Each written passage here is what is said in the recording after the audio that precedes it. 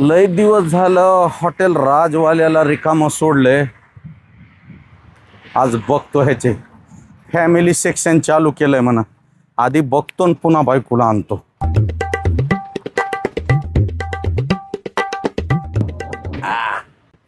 Family section तर चांगलं दिसायले. घरच्याला आणायला काही हरकत नाही.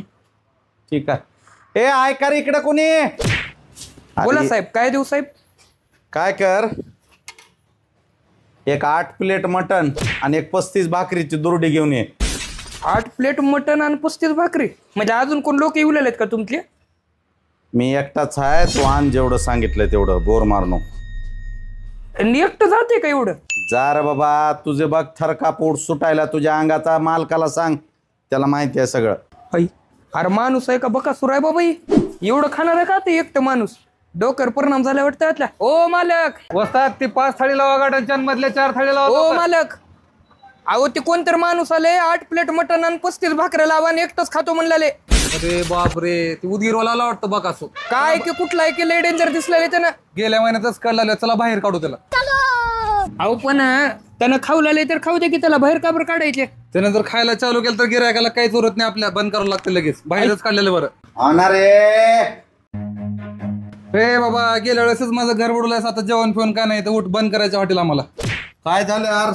मॅनेजर काढा बाहेर. ए चलाव.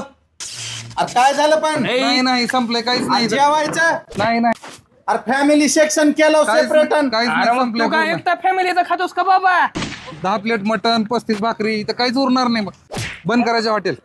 आर्मी तर उपाशी आलो रे. असं कसं तुमच्या भरोश्यावर? मी काय करतो, 5 किलो मटन आणि 1 तंदुरीचा आटा पोत देतो. तिकडे घरी जाऊन खावा तुमचं. ए आण रे बाबा, ते ह्याच्या माड्यावर गावला आण पटमन. गिराईक बघायचे आपल्याला. ती बसल्यावर काहीच उरत नाही. तर तिकडेच बनवून द्यायला देऊ मटन आपण.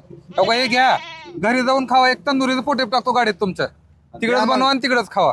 अरे मग जेवायला बोलविल्यावर तुम्ही असं करता का माणसाला? तिकडेच खावा बनवून घरी. असं अरे तंदूरचा द्या ना मग. द्या ते तंदूरचं पोतं. जाऊ द्या आता. जा तंदूरचं पोतं घेऊन जा. पुन्हा येऊन बाबा आता इकडं हॉटेलकडे. काय मटण चाल.